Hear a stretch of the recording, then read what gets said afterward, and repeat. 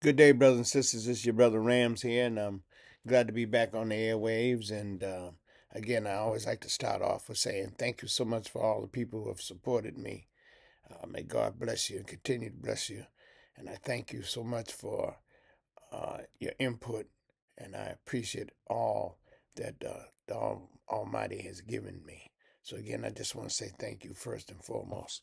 But we got a lot of stuff to get into today because there's a lot of been happening since Martin Luther King's birthday, which was the last time I was on these airwaves. And I just want to first start off with offering my condolences. It seems like every time I start a podcast, I gotta offer some condolences, but in this case, I will.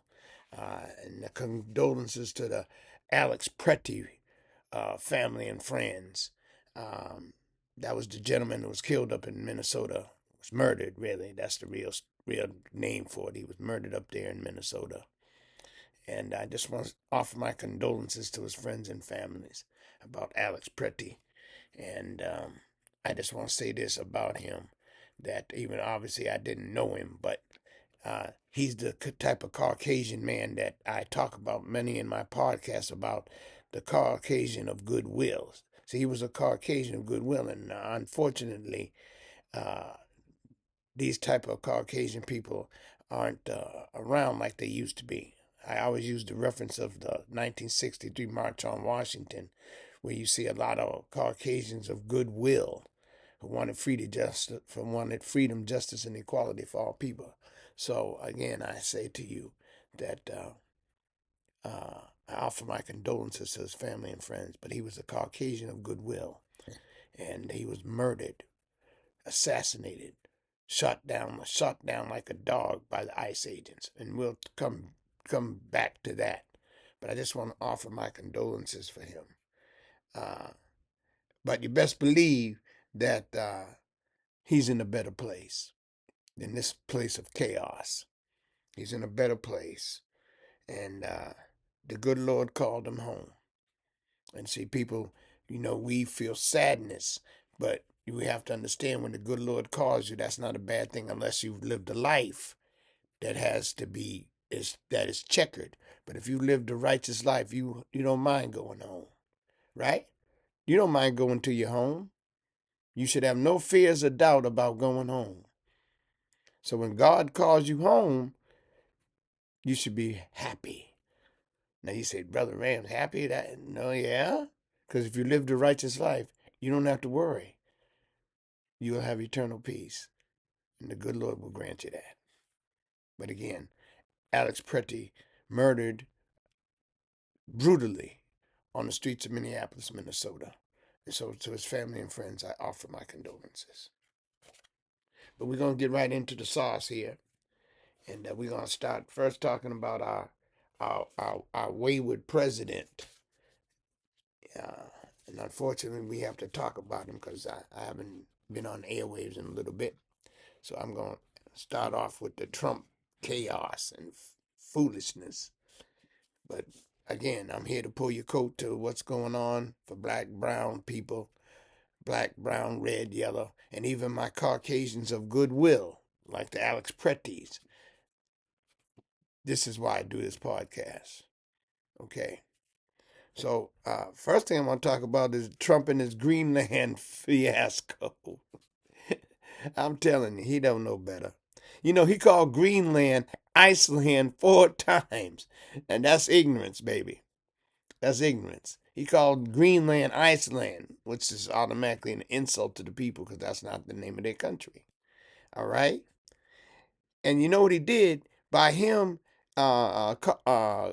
wanting to physically take over Greenland, he pissed off a lot of our NATO allies. He pissed them off.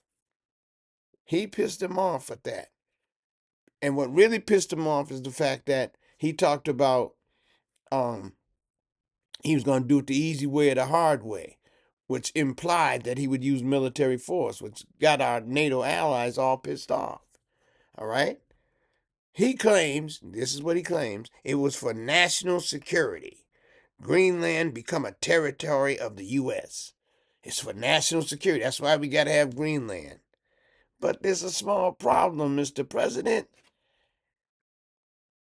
In 1951, Greenland signed a deal to allow the United States to be able, for the United States to be able to build as many military bases in Greenland as they want.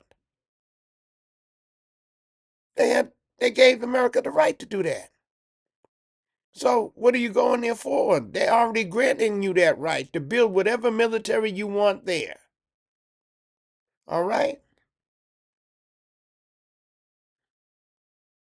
But again, in other words, they gave America carte blanche to do whatever for far as national security. But they are a part of Denmark. And they said they don't want to be a part of USA.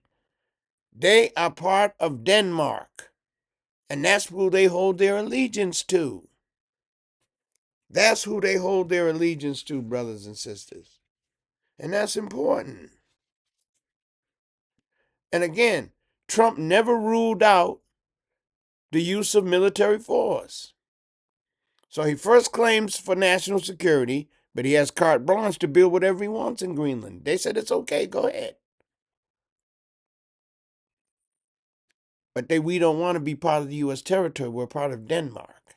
And they have the right to govern themselves, self-determination. See?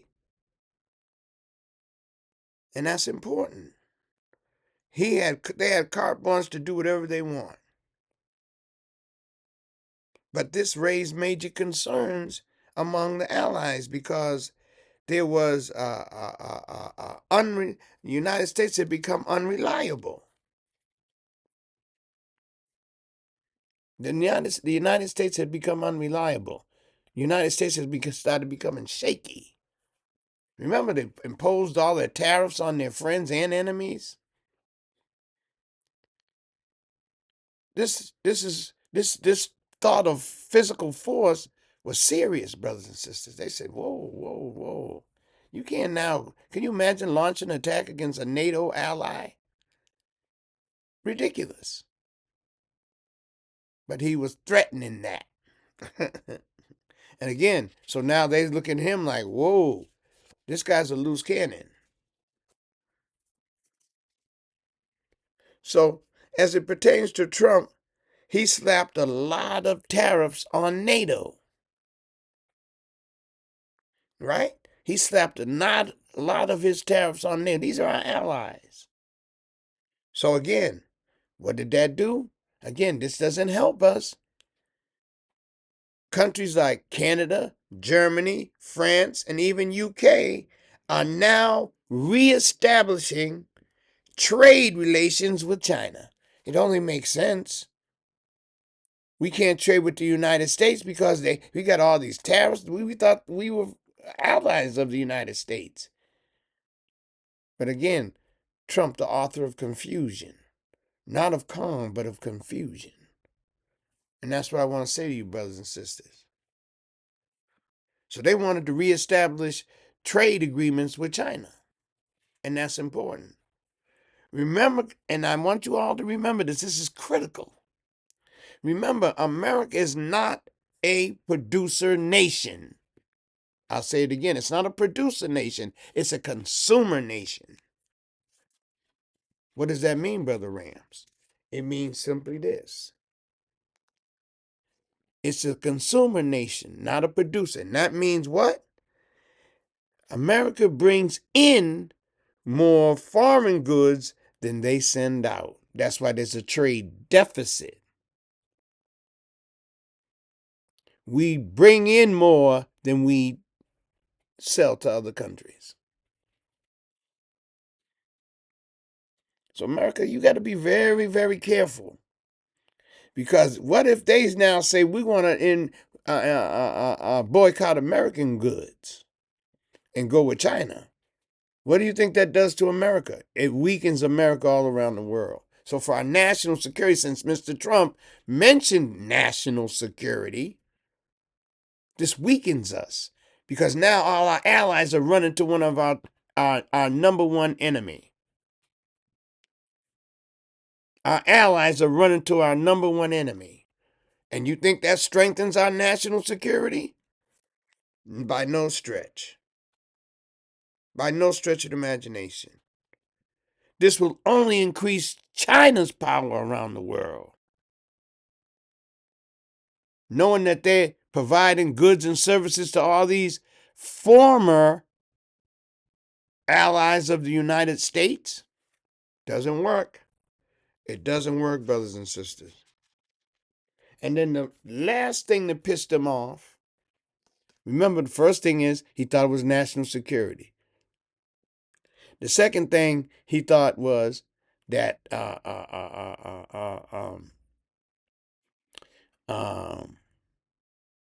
what was the second one? The second one, let me go back on that one again. The second one was yeah. The second one was that he pissed off our NATO allies by imposing them tariffs on them, extra heavy. And then the third one now is this one. Trump's disparaging remarks about NATO soldiers not really helping America as America fought wars in Iraq and Afghanistan. Now that's a damn lie. And that really pissed them off. NATO soldiers didn't help. As a matter of fact, Trump said they was laying in the back. They was laying in the back. But guess what?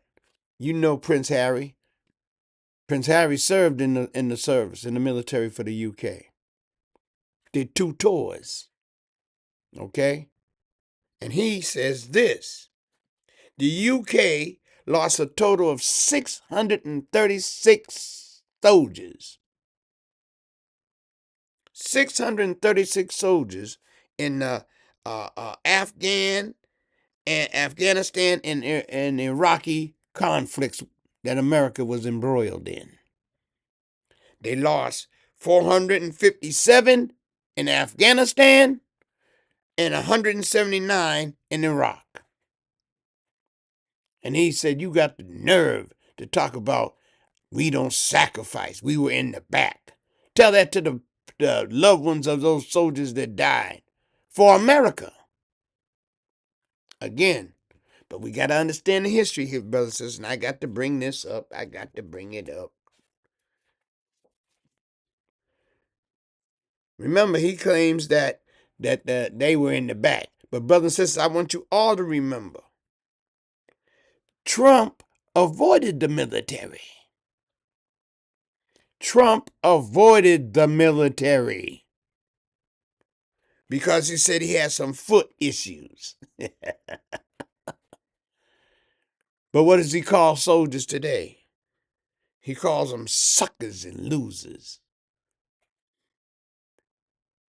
None of his children have been in the military. His own father was never in the military. His own grandfather was never in the military. So damn it, I take umbrage to that. Because I have family in the military, damn it.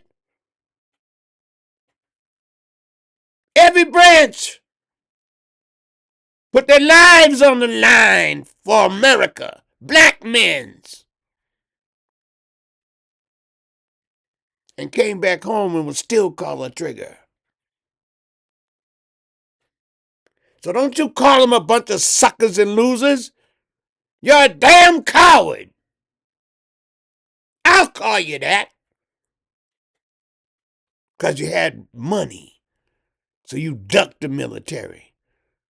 And right now, all you do is use them. Remember what he said about John McCain? Remember what he said? Well, I don't like the soldiers that get caught. How do you know about getting caught on anything? You didn't lay your life down. Remember, John McCain was a prisoner of war. Don't disrespect that man. He disrespected the NATO soldiers, brothers, and that pissed the NATO people off, the NATO allies off.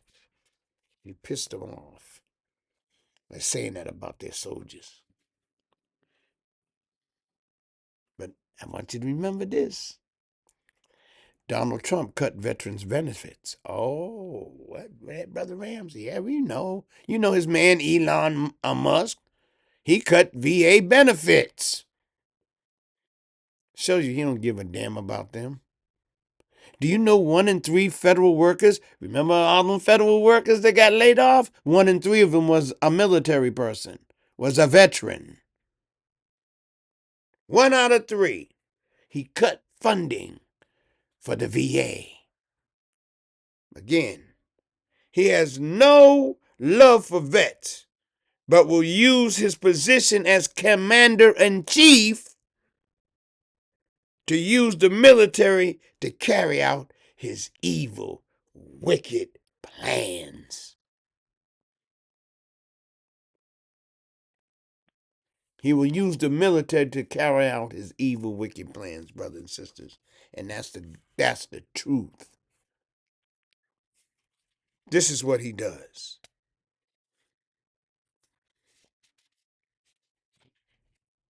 I'm telling you. I know I get a little fired up because I have to get fired up when it comes to the veterans because I know my family been in the service.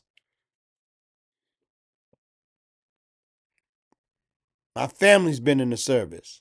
And don't you ever disparage them. Because they're veterans, baby. They laid their life on the line, especially the black veteran.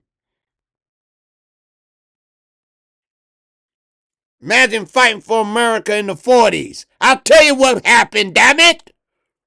They came home from war. Many of them proud to wear their uniform. And when the Caucasian brothers and sisters saw them wearing their uniform in the South in the 40s, know what they did? They took them and hung them in the tree in their uniform. But nonetheless, the black man died for the freedom of America in the military. So don't you dare disparage them. Oh, yeah, and by the way, I got to tell you another thing what happened to some of them brothers who came from the militaries back in them days. You know, you've heard this thing called the GI Bill? Well, guess what? A lot of the black soldiers, they didn't qualify for the GI Bill. And the GI Bill was important because it allowed the soldiers to come home and purchase homes, which would then start generational wealth for their family. When you buy a home, it establishes generational wealth for your family. But the black soldiers weren't allowed to get that, but they fought and died for it.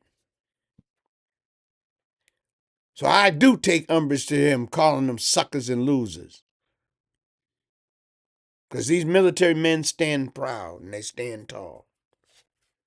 But remember what I told you. There are 3 mischief makers here in the world. The 3 mischief makers are steady making mischief and shedding blood. And I'll tell you, what Trump is doing, he's creating chaos and fear by terrorizing the American people. He's terrorizing them. Come on, you Republican strategists. Did you see this foolishness 2.5 years ago? Sending ICE agents into the community to harass people, and I'm going to talk about that in a minute. But I want you to understand that. Trump, first mischief maker and bloodshedder. Make mischief all the time. You see that he made mischief with what? Our allies by imposing tariffs that were okay. Don't tell me America was tired of getting beat up. America's had the strongest economy in the world. So something was going right. Stop being a fool saying, yeah, they were taking advantage of us. How the hell they take advantage of you and you wind up with the #1 economy in the world? What did they take advantage of? You ever heard the expression, leave well enough alone? Obviously, you were somehow benefiting from it. Because if you legitimately were getting taken advantage of, then it wouldn't even be a case. The American people would be 100% behind it. But they're not. They're not behind it. And that's what I want to. So the number one mischief maker here is Donald Trump, and he wanted the Nobel Peace Prize. Bombing people, always threatening violence, creating violence and chaos in our cities, terrorizing American citizens as well. Mischief maker, bloodshedder. Mischief maker and the blood. Let's talk about the second one that I always talk about, and that's Benjamin Netanyahu. Remember that foolishness they told you that there was a ceasefire? There ain't no ceasefire, and I told you there wasn't. That was all a lie, and it was all hype. It was all a lie, and it was all hype. That's what was happening, my brothers and sisters. And that's what I want you to understand. Israel ain't stopped bombing them people. As a matter of fact, the other day, guess what? He launched an airstrike in Gaza. Supposed to be a ceasefire. He launches an airstrike in Gaza, killing 31 Palestinians, 6 of them children. Mischief maker? He broke the peace agreement, the ceasefire agreement, and he shed blood. He made mischief and said, but I told you, Netanyahu, all he gonna keep saying is, well, we saw some ISIS, we seen Hamas, we seen this. So when we seen them, we had to go kill them. No, you don't. This African brother told me they said they have what's called a preemptive defense. In other words, I'm gonna go get you before you get me. But you assumed that he was gonna get you. You assumed that he was gonna get you. So you wind up being a bloodshedder on speculation that he was going to attack you. And that's what he did. That's Benjamin Netanyahu. Mischief maker, bloodshedder, war criminal. Remember, the I.C.E. said he's a war criminal for starving them people like that, bombing their place where they have nowhere to live. It's wintertime in Palestine now. It's winter. It's cold. Where do people going to live? Where do they stay? All of that stuff has been blown up. Benjamin Netanyahu, mischief maker, bloodshedder number 2. Third mischief maker, bloodshedder, Vladimir Putin. Still bombing. If you notice, there ain't no peace with Ukraine and Russia. Still no peace. But your boy keeps thinking. Your boy keeps thinking, yeah, I stopped about 8 wars, and I did. You ain't stopped a damn thing. No, you didn't. The little squabbles from them little countries, that was easy settled.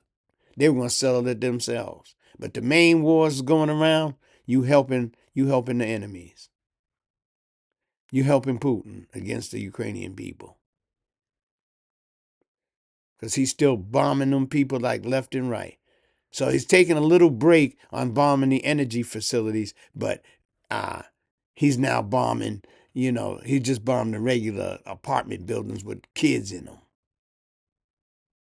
So that's okay. I won't bomb the electric stations and the energy stations, but I'll bomb the apartment buildings with the little babies in them. Mischief maker, bloodshedder. He has not ceased. He's still bombing them people. And it's sad. It's a shame. And we should be ashamed. And we should be ashamed, brothers and sisters.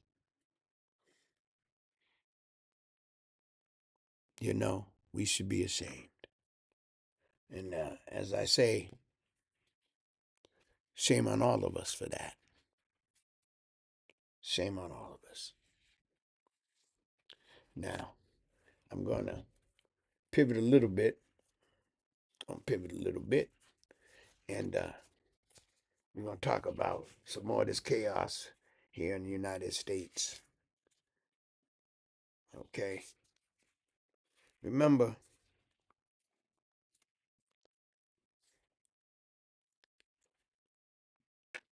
where does this ICE and this terrorization of the American public, Where does it stem from? I'm going to tell you, brothers and sisters, who's the main one behind this. I'm pulling your coat, as they say in the hood.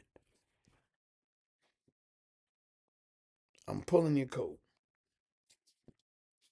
And the main one behind this,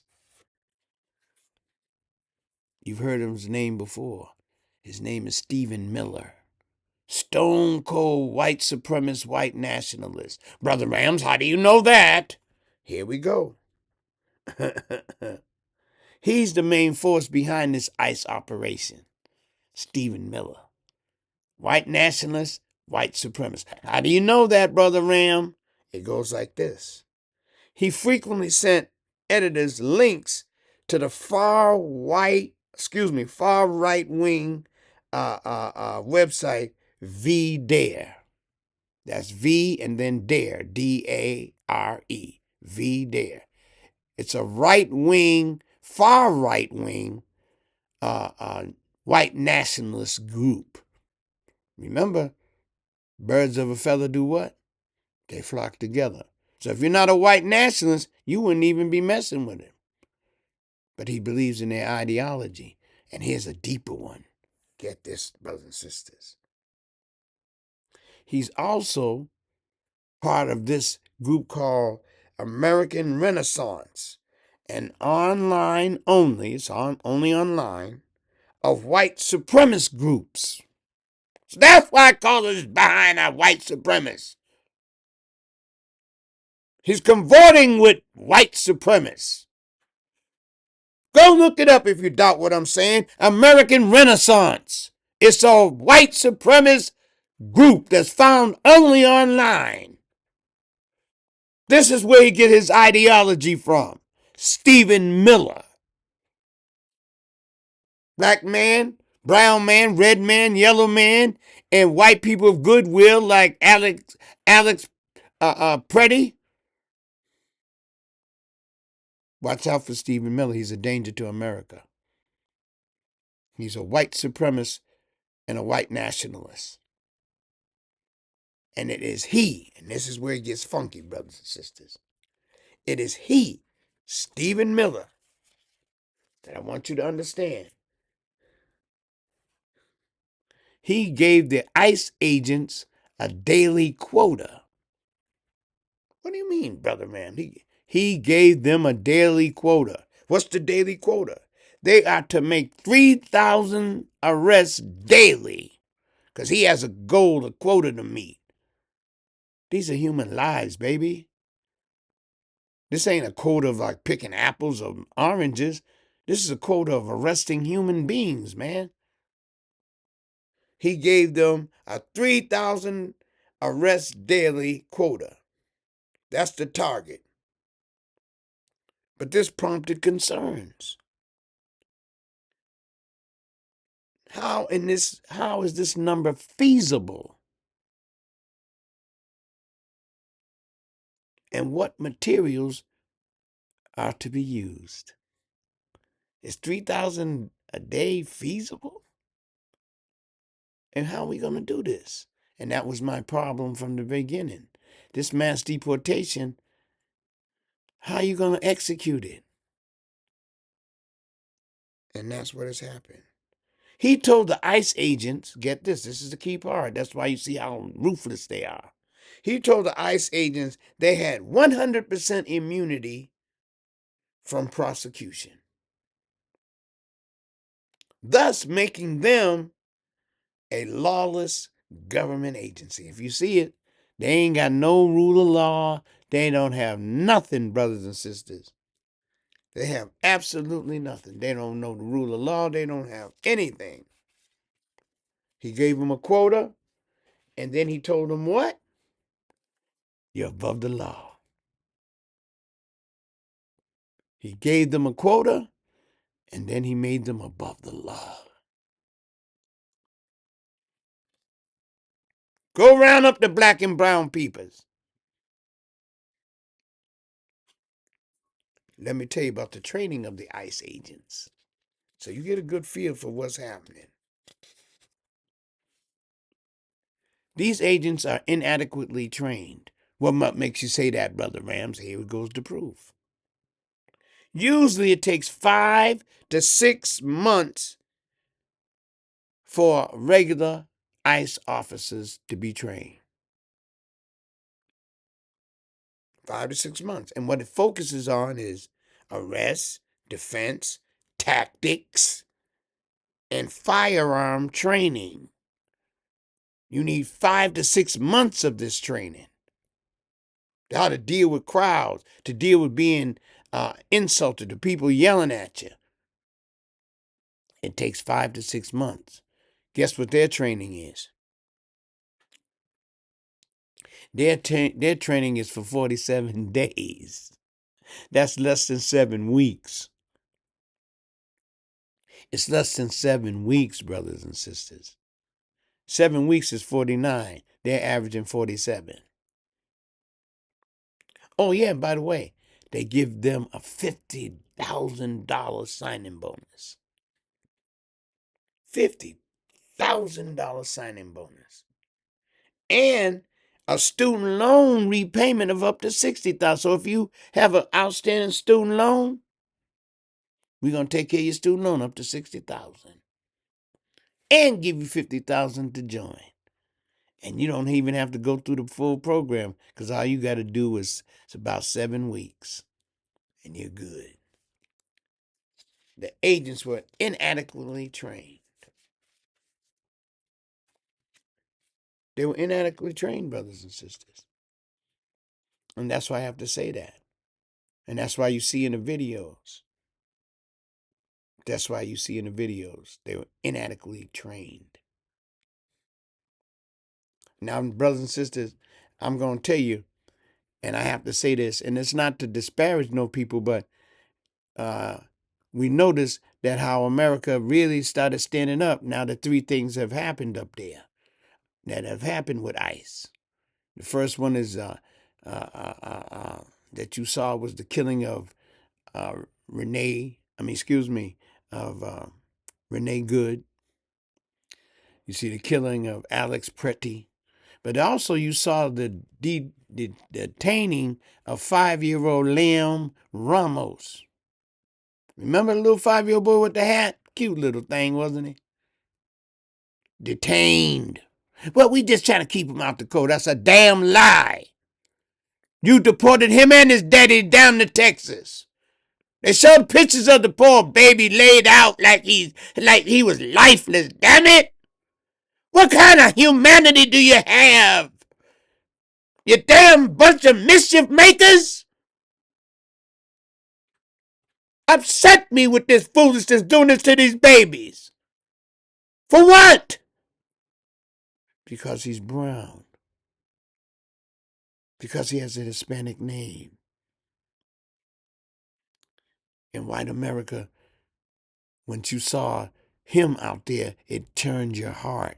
See, because in a way, you kind of tolerated this foolishness. In a way, you kind of tolerated this foolishness. Long as it didn't affect white people. But I'm going to give you a couple of cases that affected black people. See, because this has been happening to us for ages. It's been happening to us for ages. And I'm going to bring up some names so you don't ever forget them.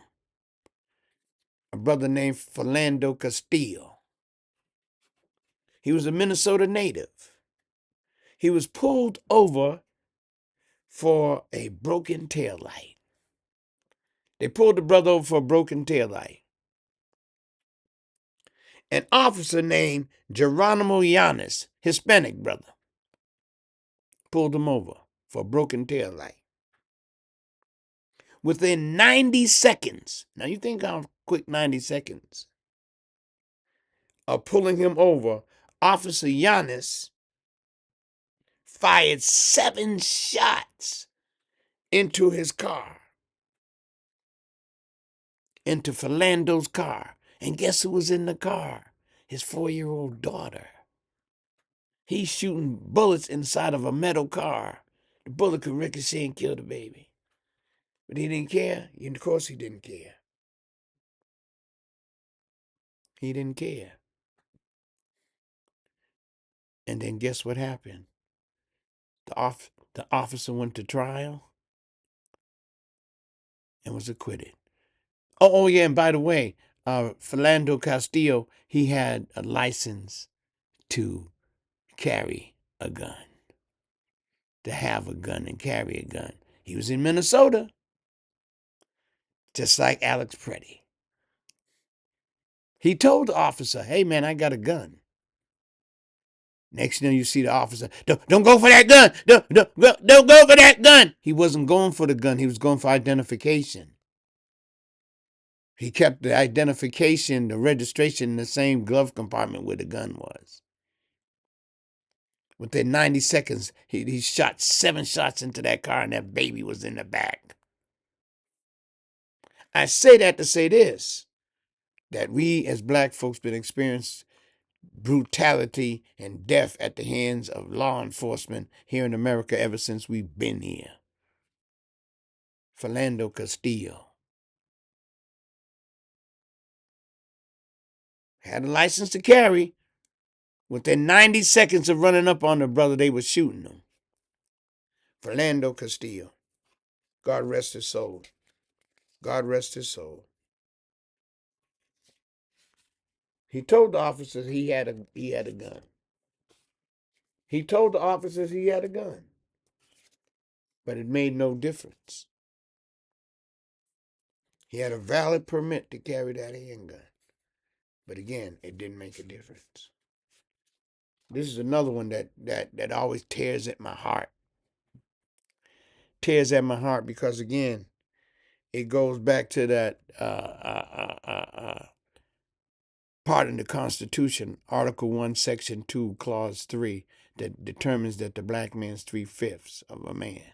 He's only 60% human. He's actually subhuman. Don't ever forget that, and I'll never let you forget that, because it's still there. And that's how America treats you.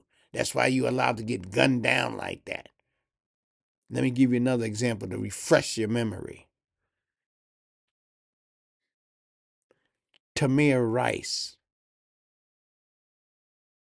He was a young black boy, 12-year-old black boy in Cleveland, Ohio.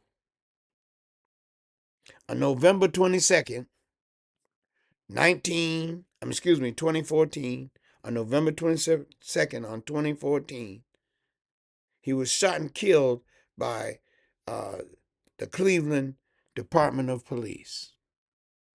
12-year-old black boy. He was in the park playing with a toy gun. Now, granted, most toy guns have a little orange tip. His didn't. His did not. And that's a key factor in what the results were. He was shot by officers Timothy Liebman and Frank McCormick. Now, June 3rd of 2015, the Cuyahoga County Sheriff Office completed their investigation. They completed their investigation and turned their findings over to the county prosecutor. The county prosecutor. The prosecutor gave it to the grand jury, and guess what happened? The grand jury declined to indict. Declined to indict the officers.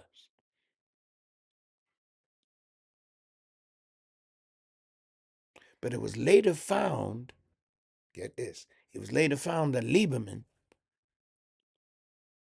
had lied on his application. He had already been deemed from a previous job to be mentally unstable. So now they fired him. They didn't fire him because he shot the boy. They fired him because he lied on his application. Tamir Rice, 12-year-old black boy. Oh yeah, and by the way, within 10 seconds of pulling up on him, they have shot him. 10 seconds? Do you realize how quick 10 seconds is? They said he was reaching for something in his waist. A 12-year-old boy. Come on, brothers and sisters, that don't make sense. And then they find out he lied because he was what? Mentally unstable. These are things we must understand. But again, like I said, do not forget Article 1, Section 2, Clause 3 of the U.S. Constitution, which makes you 3/5 of a human. That's why killing you is, he's not really human, so me killing him, it's not.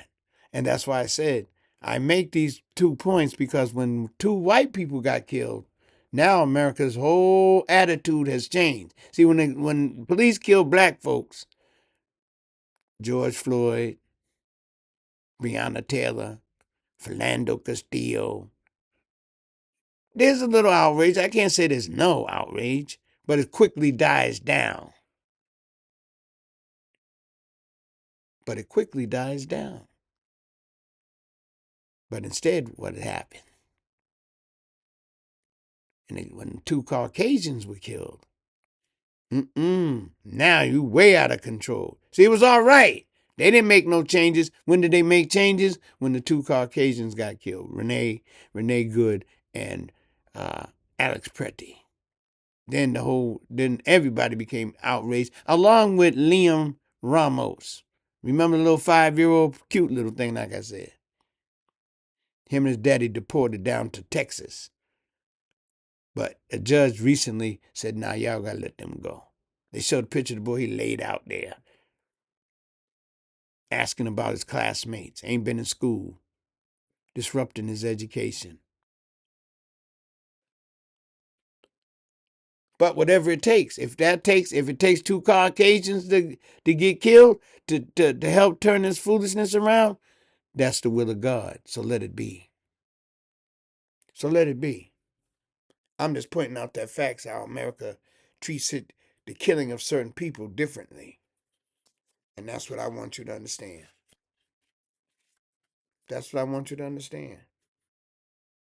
Within 10 seconds of running up on the young brother, they blew him away.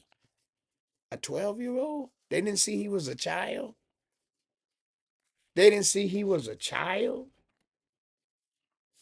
That's crazy, brothers and sisters. That's absolutely crazy. But I'm going to talk a little bit more about this ICE situation. All right? Because that's the big hot topic now. Because of Steve Miller's quotas and promised 100% immunity, ICE now has become a rogue government agency, causing terror among immigrants as well as American citizens, terrorizing us, causing chaos. Remember, they got 100% immunity, according to Stephen Miller. They got 100% immunity. And as long as they get their quota, we good. Quota of black and brown people. See?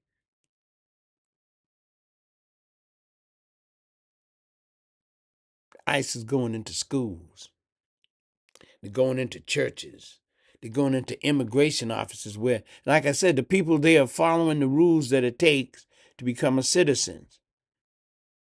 They waiting for them people at the office for them to come out so they can snatch them up. Why? They're following procedures. They're legal.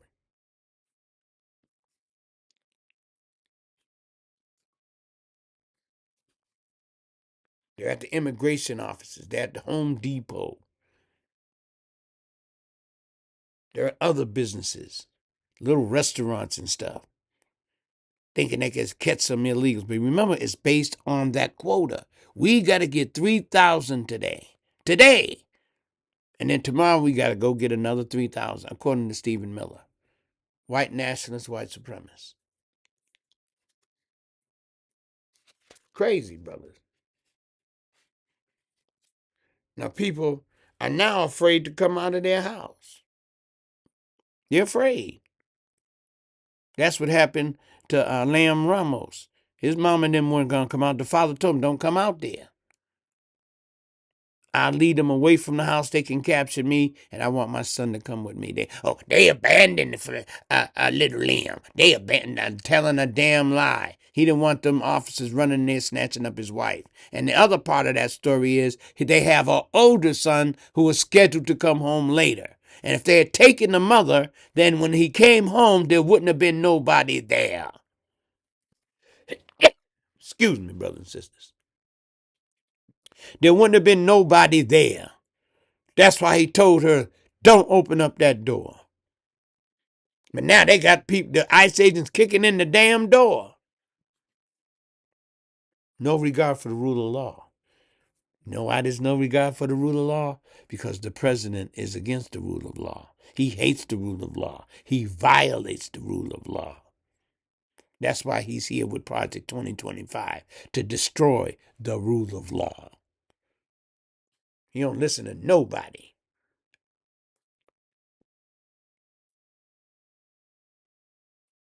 Remember,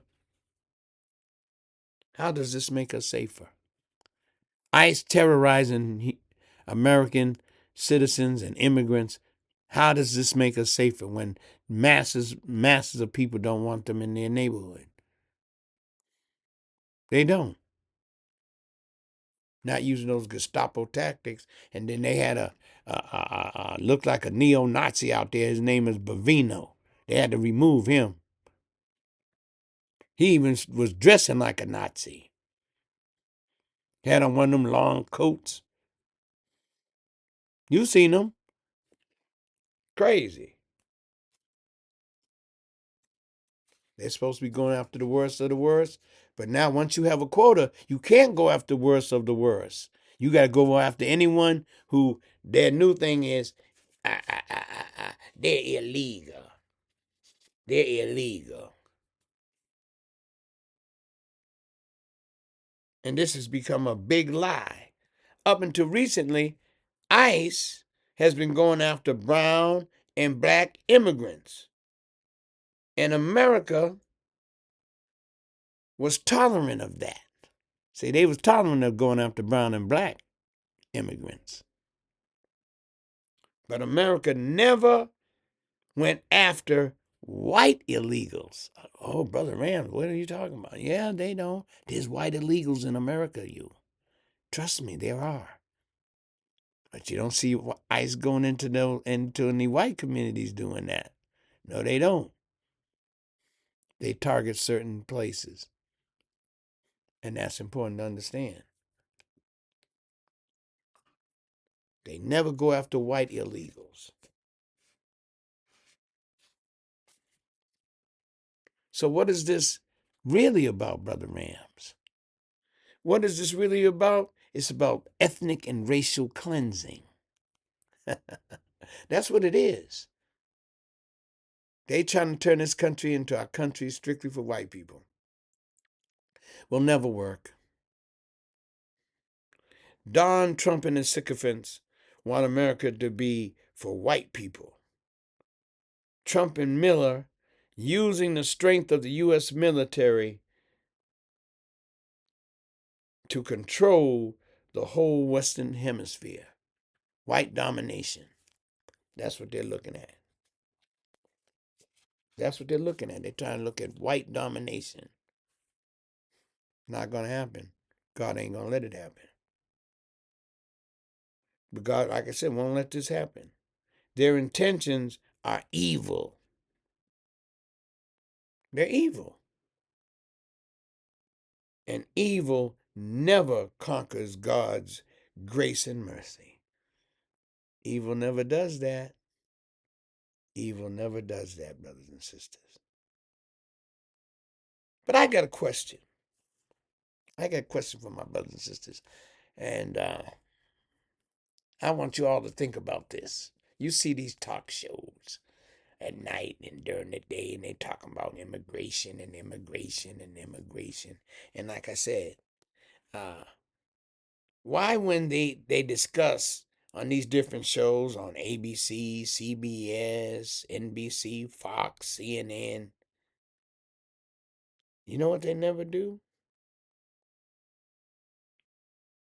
And they have different people, they have different people talking about immigration. But you notice what they never do about when they talking immigration? Guess who you never see? You'll never, ever, ever, ever see on any of these talk shows, you know who they are. You'll never see a Native American activist. What? Yeah, they act like they don't exist. Now, if we're going to have a meaningful conversation about immigration, wouldn't it make sense for the people, land who this originally was, be included? I'm putting that out to you.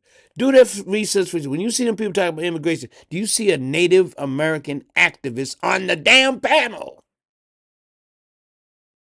You don't see them, like they don't exist. And that's symptomatic of America, that the Native American just simply don't exist, which is a damn lie. He does exist and will continue to exist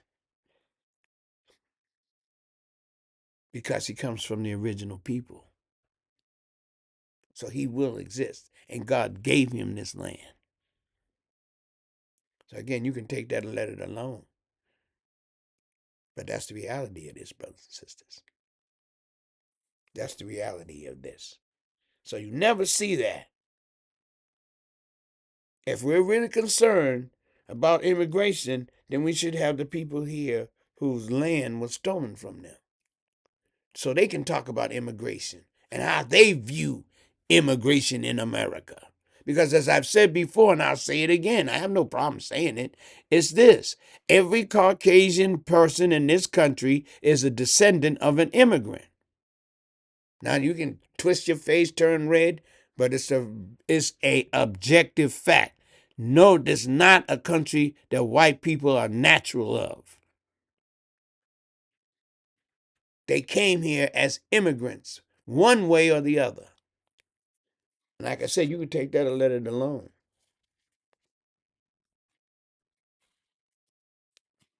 Remember, America, President Trump represents the conscience of white America. Oh, good Lord, Brother Rams. Oh, yeah, he represents the conscience of America. I know you don't like hearing that, but it is. That's why so many of white folks voted for him. The numbers are, the fact is in the numbers.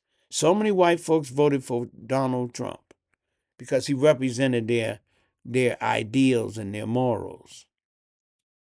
A convicted felon.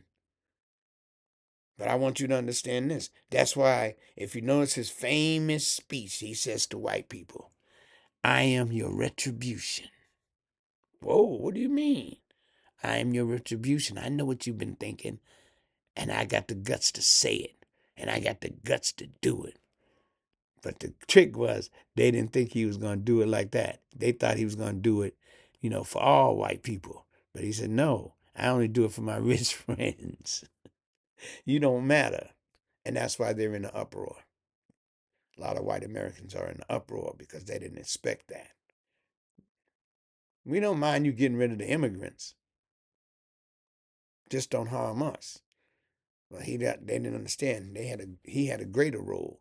And that greater role was, I'm gonna what? I'm gonna make America for me and my rich friends. I'm gonna enrich my family. They're gonna make money. Trump has made, while he's been in office, 1 year, $1.4 billion that he's put in his pocket from being the president. I told you that's why he wanted. He wanted to be president for two reasons: to get money because his businesses were failing, his sons, they weren't bringing in no real money, and the second of all, to avoid prosecution. And like I said, if Jack Smith had been allowed to testify, you would have seen that Donald Trump would have went to jail, because as he said, beyond a reasonable doubt, I had him dead to rights. But again, in my opinion, Merrick Garland was the one who dropped the ball. Merrick Garland, in my opinion, dropped the ball. Because if he had put Donald Trump in jail when he got off that plane, you think that things would have been a lot different. All right?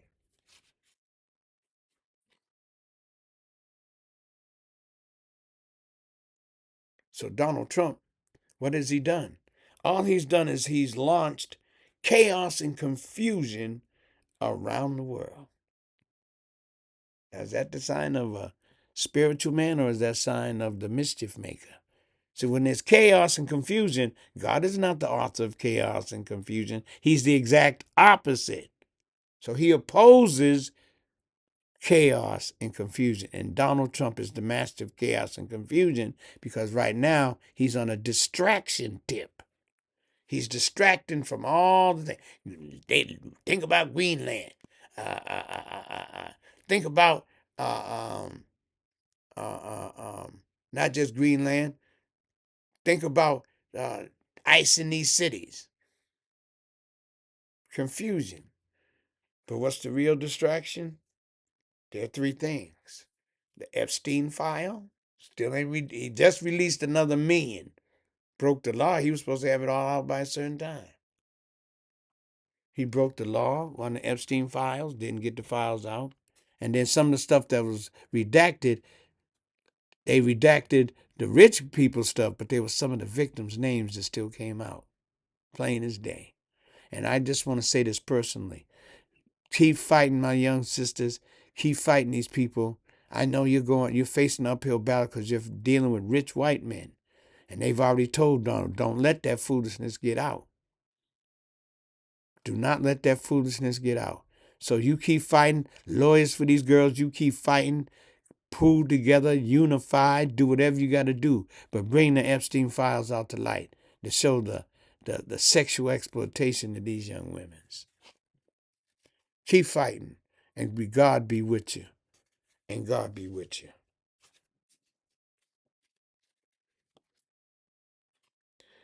Epstein files, distraction from that.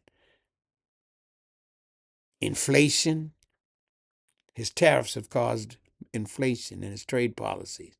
They've caused instability in the market.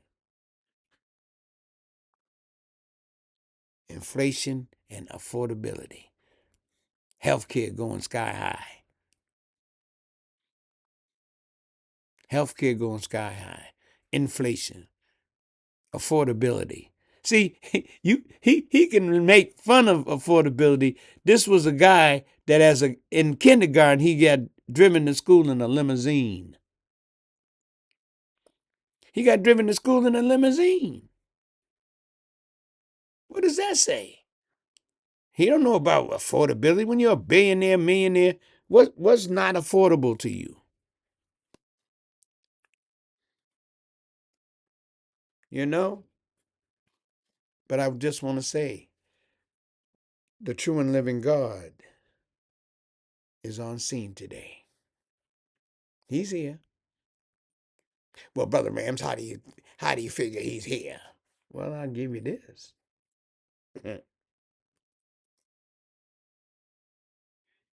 God being the Holy Father, and we all recognize him as the Holy Father, he had to chastise America for what?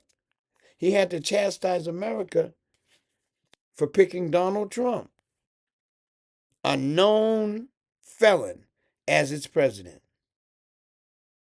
America chose evil over good. So, as the Holy Father, he has to chastise us because he's still merciful, but he has to punish us a little bit because he wants us to make better decisions, like any father does, right? If you're a father or mother, don't you want your children making the best decision possible? So he has to chastise us. But see, the beauty of God is that he can take a bad situation and turn it into something good. That's the beauty of God. He can take a bad situation and then turn it into something good. So he has to chastise America. So what did he do? Look at all God's work. You see floods like you never seen. You see wildfires like you never seen. There's a storm that stretched from Texas to New England this past week. Many parts of the South are experiencing abnormal cold and snow. When have you known places like Nashville and Mississippi and all these places that have snow. What does that tell you? It tells you the power of God. Abnormal cold, and then I feel for the people in Nashville, Tennessee, or in Tennessee. Period. They were 80,000 people without power. Now it's down to 50, but still they're experiencing some of the coldest weather possible. This is God's chastisement. But do you notice a lot of those southern states are Trump country? Just looks like a coincidence to me. Oh, and by the way, a lot of them people are going to need help. But guess what Donald Trump has done? Remember, he's cut FEMA. He's cut FEMA's money. So in emergencies, the money really ain't there. He's cut FEMA. Remember? So now who's going to help these people? He could care less. Okay? Remember, God has a power over every breath you take. Understand that. You take so many breaths per minute. God could shut it off at the bat of an eye. That's the power of God. So when Donald Trump says, well, the only thing can stop me is my morality. Yeah, but not really, because God can stop you. He'll make you stop breathing just like that. He can make you stop breathing just like that. And I want you to understand that, my brothers and sisters. That's the power of God.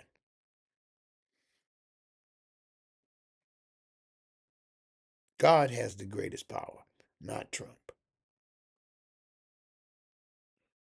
And like I said, God has the power to turn something that looks bad into something good. I'm going to turn now to the deaths of Renee Goode, Alex Pretti, and there was a brother that was killed in California named Keith Porter. I want to mention him to a brother. He was killed. He went out on New Year's Eve, and a lot of people fire off a few rounds on New Year's Eve.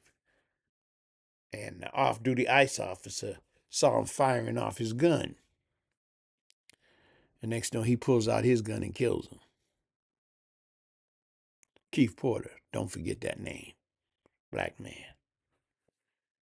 But both the murders there of Renee Goode and Alex Pretti were caught on tape.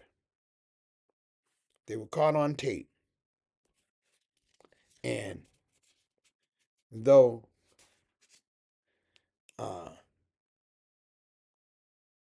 what's it called? Excuse me. That ICE officer again thought his life was in danger. Remember, that's the code word when they come want to kill us. Oh, my life was in danger. Kill him. My life was in danger. Kill him. That's a standard line that my Caucasian brothers and law enforcement use when they want to kill us. Their life is in danger. And then again, like I said, remember Liam Ramos. Okay? And like I said, you picture that little boy, you know, ice. So, but Brother Rams, how does God turn something bad into something good? He has that power. You know? He had a couple of people who actually taped it. He had a couple of people that actually taped the killing of these people. All right? And I'm going to give you two names for them killing Alex Pretti. And when you want to check it out, you look up these people and check out their video. The first person, her name is Stella Carlson. She was filming it. She got it on film from top to bottom. Stella Carlson. And the second woman was named Kayla Schultz. They both taped the Alex Pretti murder, assassination. They shot him 10 times, man. They shot him 10 times. And Alex Pretti, again, just like Philando Castile, he had a license to carry the gun. They found the gun on him. As a matter of fact, they had him 11 days earlier getting into a skirmish with ICE.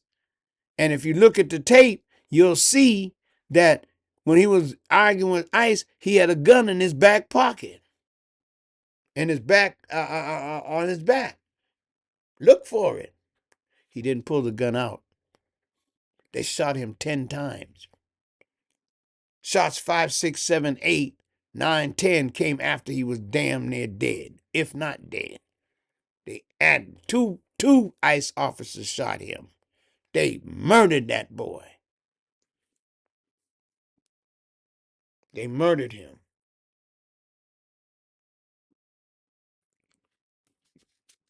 Disgusting. You know, disgusting.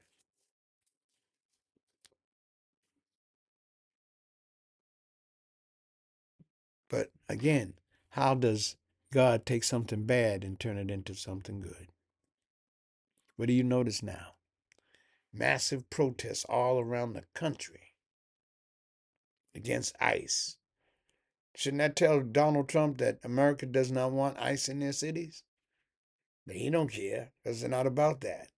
It's about terrorizing the American people and immigrants as well, to let you know this fascist is in town. This has nothing about crime or safety. It's not. But they're having national rallies to protest ICE. People are coming together in unity. See what God's doing? Remember, we've been divisive, but God's pulling people together. We found the cause for us to pull together. What's the saying? United we what? Stand. Divided we fall. So God, in His grace and His mercy, has found a way, a cause for us all to come together. Diversified people. See, diversity is something God given, not what Trump and them knuckleheads say. DEI, DEI. You don't know God is the author of DEI. So you think He's going to let you destroy DEI? Look at all them people there. Black, white, Hispanic. Look at them demonstrations all over the country, man. They're fed up with him. They're fed up with Donald Trump. So God is pulling us together, even though He split us up. God's pulling us back together on this issue of ICE. So He can make something bad turn into something good, because He had to chastise you because you voted for this criminal. And He told you not to, but He did. They're coming together. So there's a new type of caring that's developing, a caring for your neighbor, compassion for humanity, other humans, no matter what their immigration status is, damn it.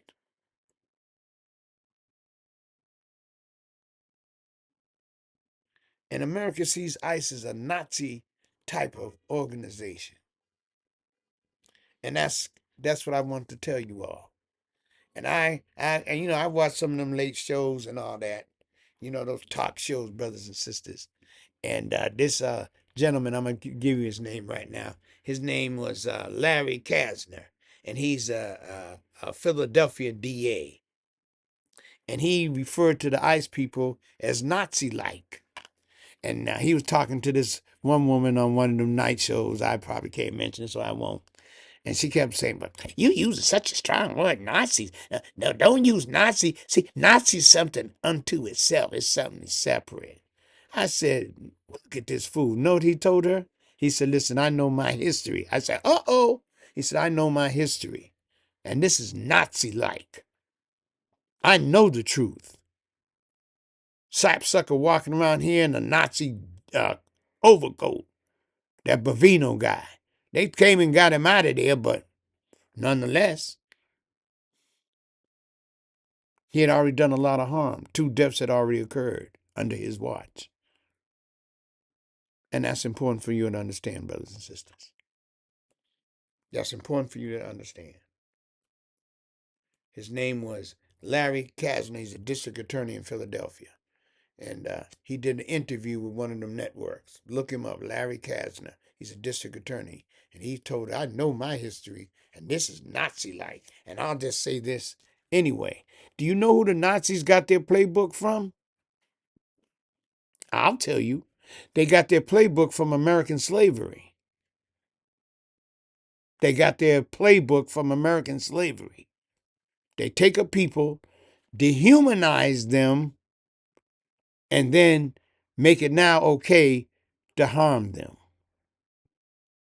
Because, like in the case of the white Jews, they told them they were a race. Well, they were not a race. They're not a race. They're white people. That's their race. Their religion has nothing to do with their race. And I say that all the time. But what they did, the Nazis said they are a race, but they're a sub-race to undermine them and to disparage them and now make it okay to do whatever you want to them. And they did that to the black men. That's how they got. That's what gave them the idea. And you know who else got that idea? Those in South Africa with that apartheid. They took the playbook from America. Let's take it real. Be real, Brother Rams. Let's be real. So, kudos to Larry Kasner. You keep fighting them. You keep telling the truth. And again, another Caucasian man of goodwill. He's telling it like it is. Larry Kasner, District Attorney, Philadelphia.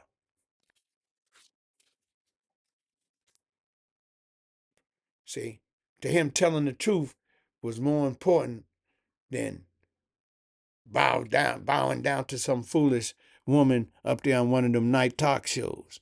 Because she's like, oh, no, that's not the right word to use. Oh, that's really kind of, ooh, that's really insightful.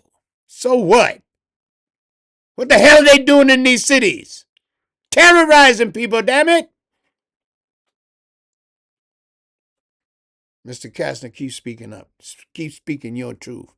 And you speak from your history. So keep speaking, brother. Don't let them deter you.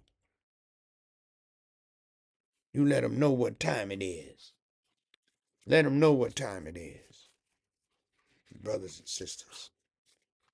And that's important to understand. That's important to understand.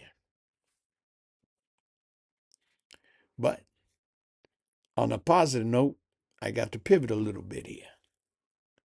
And I'm going to pivot. And guess what I'm going to pivot to?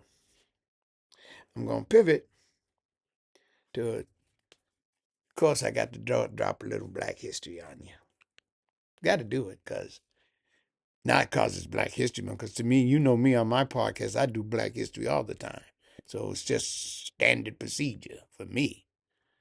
Now I want to talk about 2 famous people, 2 famous black people, and one's a king and one's a queen. And I want to talk about them because America knows them and they pretend that these people are white. And the main first thing I want to say is neither one of these 2 people are white. They are black. Not some olive skin, because we're more comfortable. See, because America wants you to think Egypt isn't in Africa, it's somewhere else. It's somewhere, another country in a totally different place. No, go to geography, look at the damn map. Egypt is in Africa. The Sudan is in Africa. And Sudan's original name wasn't the Sudan, it was called Nubia. And Egypt wasn't called Egypt, it was called Kemet, Kemet. And so the first I want to talk about, because he's touring all around the country, is King Tut, King Tutankhamun. King Tutankhamun. What is he famous for? He's famous for restoring traditional Egyptian religion, which is polytheism, more than one God. He's credited with returning Egyptian religion and art, reversing the radical form of the radical forms preferred by his father Akhenaton, who wanted monotheism. He was the first one to talk about one God, but King Tut wanted to go back. Now, King Tut was the son of Akhenaton. I'm giving you some black history, but I got to tell it like it is. Now, Akhenaton's original name was Imhotep the Fourth. He was Imhotep the Fourth.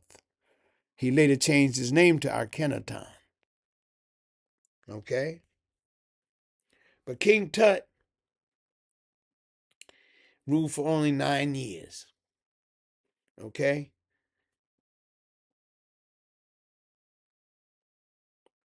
His life focused on repairing religious, economic, and cultural damage, as well as initiated significant construction projects. He didn't finish them, but he initiated some construction projects. But he was returning Egypt back to its old ways, because Akhenaton said, no, we're going with one God. He was the first one to talk about one God. But King Tut went back to polytheism. That's King Tutankhamun. He's not a white man. Don't let nobody tell you that. He's not a white man. Not at all. And he only reigned for 9 years. And his father was Akhenaten, who was really Imhotep the Fourth. All right? He was really Imhotep the Fourth. This next one, I got to say something about this sister, because everybody gets this wrong. Cleopatra the Seventh. You think of Cleopatra, most Americans think of Elizabeth Taylor, a white woman. Could be no further from the truth than the truth. She's not a Caucasian, and she was born in Egypt. And again, Egyptians are black. Plain and simple as that. They're black. But she was the last pharaoh of Egypt, Cleopatra the Seventh. She had a love affair with Julius Caesar, Mark Antony. That's what she's known as, fooling with white men. Some of our sisters do that. They fool with white men. But she wasn't a white woman. She was a beautiful black woman. And like some of my white brothers and sisters tend to do, they fall in love with the beauty of our women. Their grace, their style, the smoothness of their skin.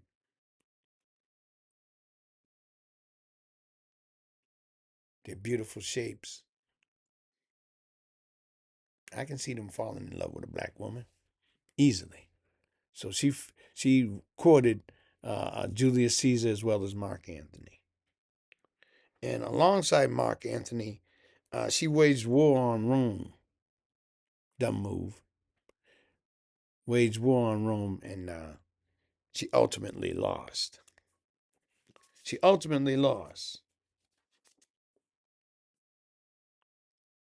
Her alliances with Rome, though, helped her to strengthen the economy of Egypt as well as religion and culture. Cleopatra. That's what I'm saying, brothers. And as you'll see for the rest, as always, I will always do Black history. And I'll do a certain format next week. And that'll include, again, African kings and queens and then black scientists and inventors. That's my format. Because I'd like to debunk the theory that Caucasian people are the masters of technology and building. I'll show you, Oh, no, they're not. So, as I say, brothers and sisters, I thank you so much for listening. It's a long podcast, but I had to get this information out. And again, thank you so much. May God bless you, keep you safe. And I hope to see you again soon. Thank you very much for enjoying.